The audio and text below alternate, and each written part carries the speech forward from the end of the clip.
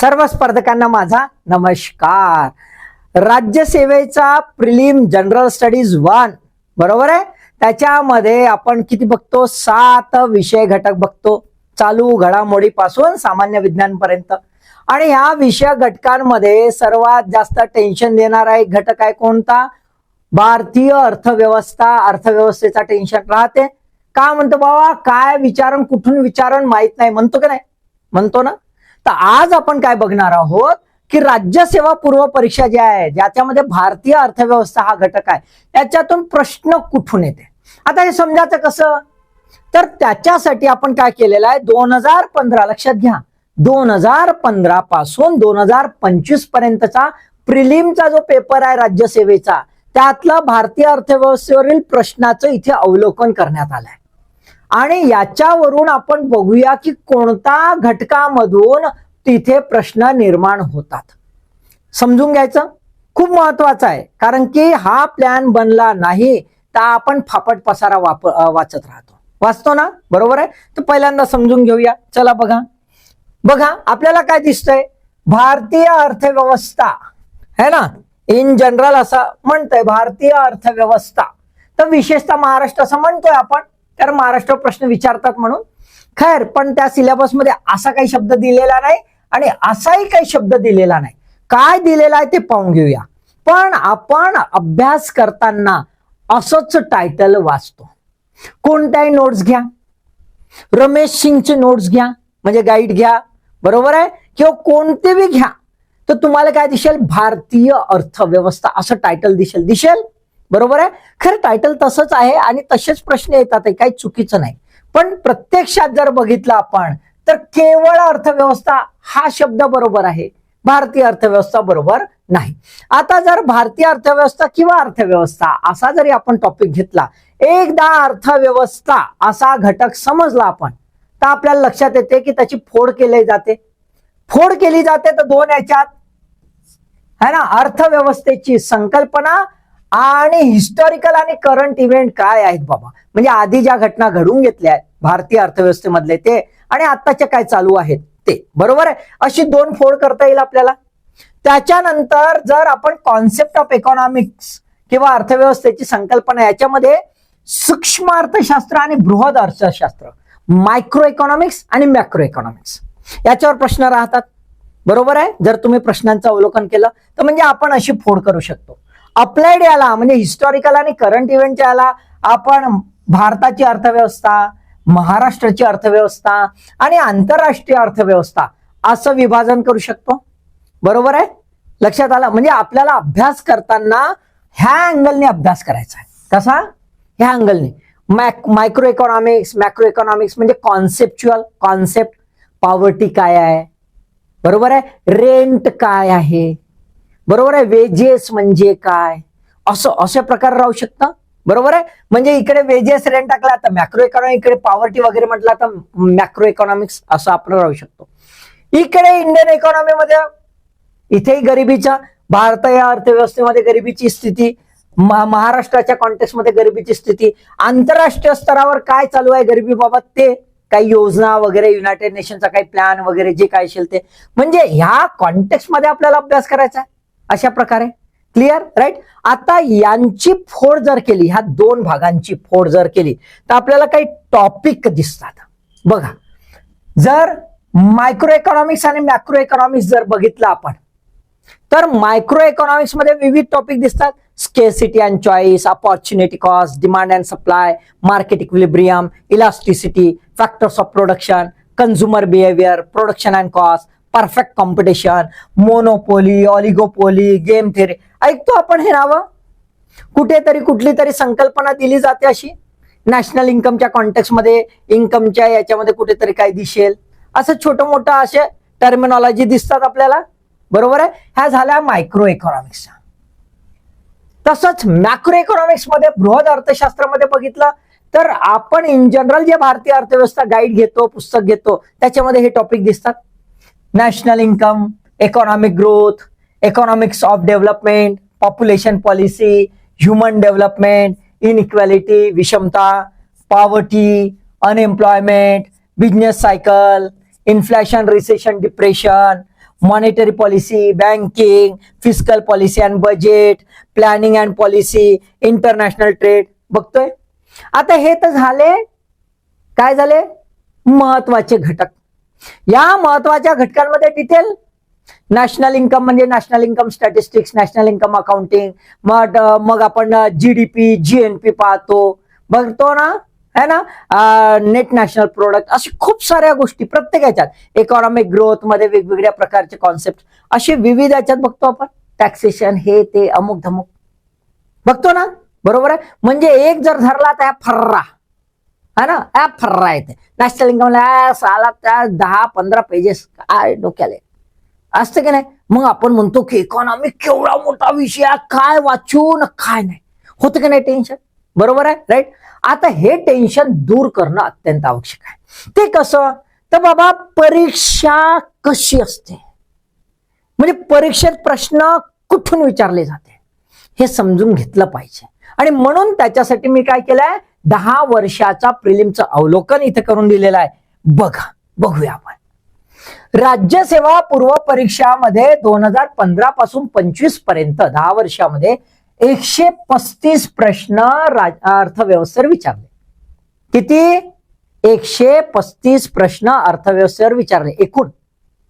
आलंय, कधी 14 विचारतील, कधी 15 विचारतील, कधी 6 विचारतील, कधी 10 विचारतील, कोणत्या वर्षी काही असं निश्चित नाही ठरलाय. 15 म्हणजे 15 विचारतील असं नाही आहे बापू, लक्षात ठेवा. हा ना, नाही तर सांगितलं तसं नाही आहे. ऍव्हरेज मध्ये 10 ते 15 असं पकडा, बरोबर आहे, ठीक आहे. आता ह्या 135 प्रश्न जे विचारले त्याच्यामध्ये ढोबळ मानाने आपण घटक घेऊया आणि त्या घटकामध्ये किती प्रश्न विचारले 10 वर्षात ते पाहूया.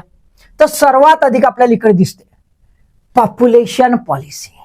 लोकसंख्या हा जो घटक आहे, लोकसंख्या हा जो घटक आहे याच्यावर 21, किती?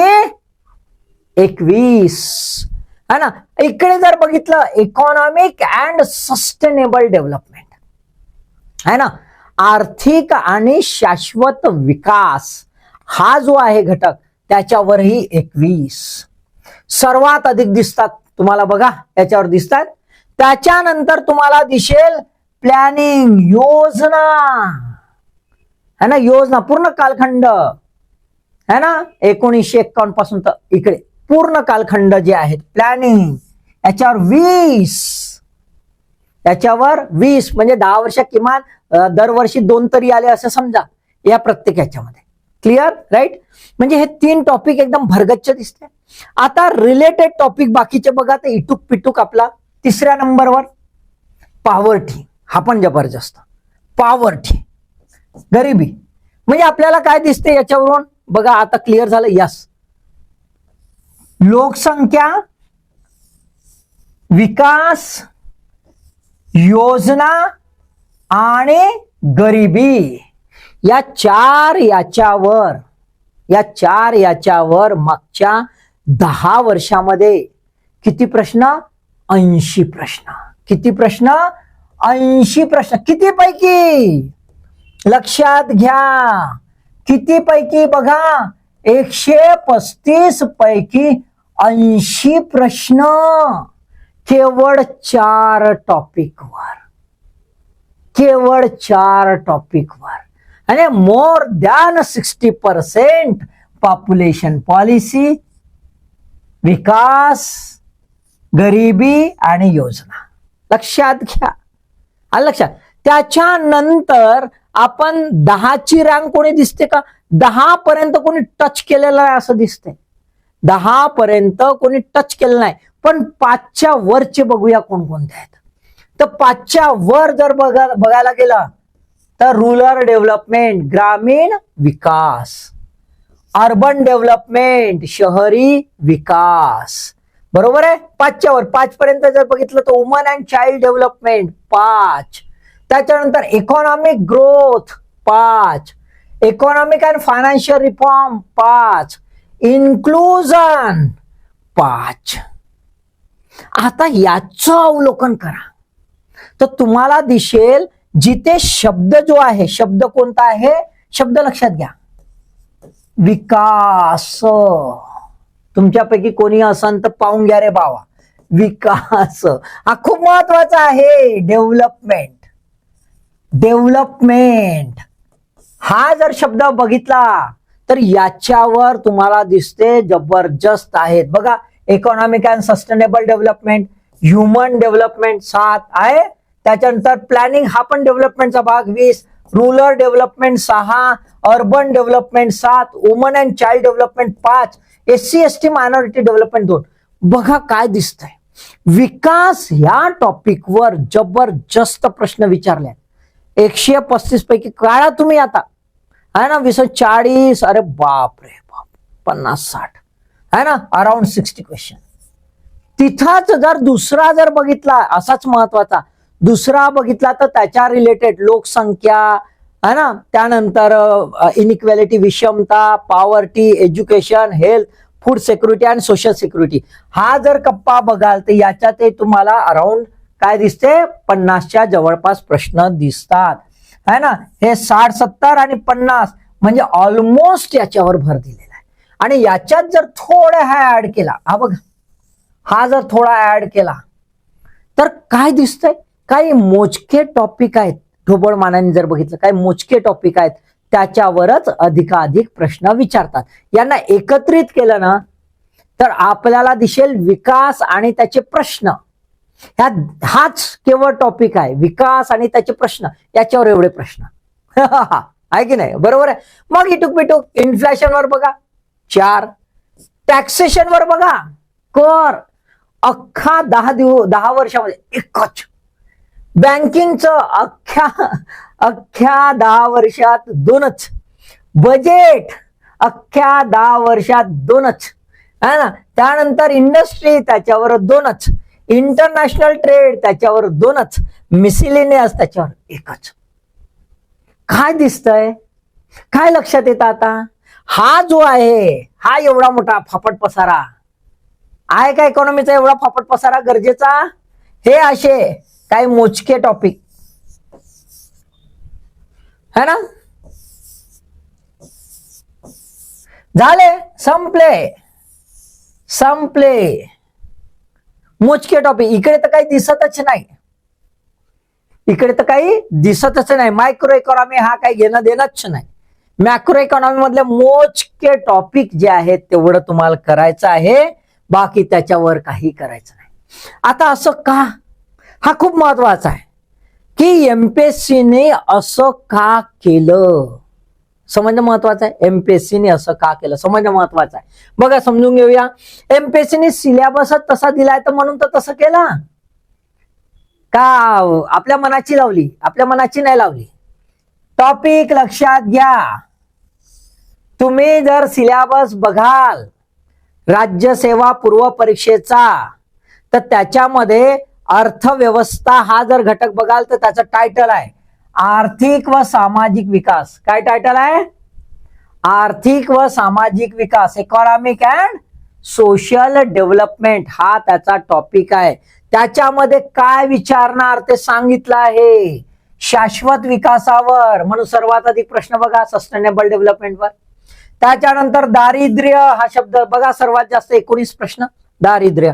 समावेशन हा याचाच पार्ट आहे म्हणून त्याच्यात जास्त काहीच नाही. याच्यातले लोचे मग कधीतरी चर्चा करू. इतर असं लोकशाही असा शब्द लिहिलाय म्हणून म्हणजे जाणून बुजून. एमपीएससी हो सिलेबस मध्ये कुठं कुठं लोचा करते, स्पेलिंग मिस्टेक. ऍक्च्युअली लोकसंख्या लिहायला पाहिजे होता, इंग्रजीमध्ये बरोबर लिहिला. आणि आम्ही मराठी लावतात लोमचे. इथं मराठी धड लिहिता नाही, जाऊ द्या. डेमोग्राफिक्स, लोकसंख्या आहे ना भरपूर, सर्वात जास्त. त्यानंतर सामाजिक क्षेत्रातील उपक्रम, सोशल सेक्टर इनिशिएटिव्ह है ना, SC STचं development, woman and child development, मायनॉरिटीचं डेव्हलपमेंट. आणि शेफ्टी लावली, शेफ्टी कशाची आहे इत्यादी, किंवा या अनुषंगाने आम्ही विचारू. पण या अनुषंगाने म्हणजे कुठल्या, इकॉनॉमिक अँड सोशल डेव्हलपमेंट ह्याच्याच कॉन्टेक्स्ट मध्ये. त्याच्यामुळे लक्षात घ्या, खूप महत्वाचं आहे. मी पुन्हा सांग, इथे बजेट जरी हा आला ना, बजेट हा ट्रॅडिशनल वेनी नाही आहे. हा कोणत्या वेनी आहे, याच इकॉनॉमिक अँड सोशल डेव्हलपमेंट. बजेटमध्येही जेंडर बजेटवर प्रश्न विचारले आहेत. कशावर, जेंडर बजेटवर प्रश्न विचारले आहेत, लक्षात घ्या.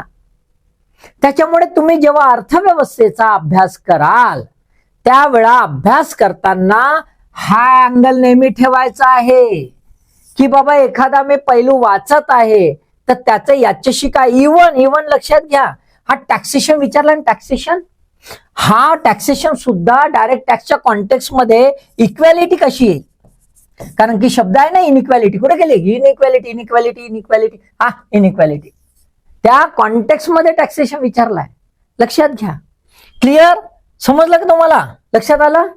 म्हणजे अभ्यास करताना सिलेबस डोक्यात ठेवायचा, सिलेबसचा ज्याला म्हणतो दायरा, ॲम्बिट त्याच्या परिसीमा त्या लक्षात घ्यायच्या, त्या परिसीमा लक्षात नाही गेला ते वाचत राहतो, यार रमेश सिंग इकडे घोटतो तिकडे घोषतो, हे हा घे तो घे तो घे, अरे विचारते काय. क्लिअर, लक्षात आला. आता मला वाटतं समजलं तुम्हाला, काहीच अडचण नाही. तर इकॉनॉमीचा अभ्यास करताना राज्यसेवेचा या दृष्टिकोनातून अभ्यास करायचा. मग आता प्रश्न कसे विचारतात काय, टॉपिक वाईज आपण निवांतपणे हळूहळू एक व्हिडिओ पाहूया, कारण की याचं कसं पूर्ण असं आकलन करून घेणं महत्वाचं आहे. आकलन जर बरोबर केलं नाही ना तर आपला फक्त टाइमपास होते, टिपी है ना, तर टिपी करायची नाही आपल्याला, बरोबर आहे, राईट. तुम्ही समजदार आहात, बोर व्हिडिओ पाहता माय, त्याच्यामुळे तुम्ही सिरियस कॅन्डिडेट आहातच. तर तुमच्या त्या सिरियस अभ्यासाला ऑल द बेस्ट.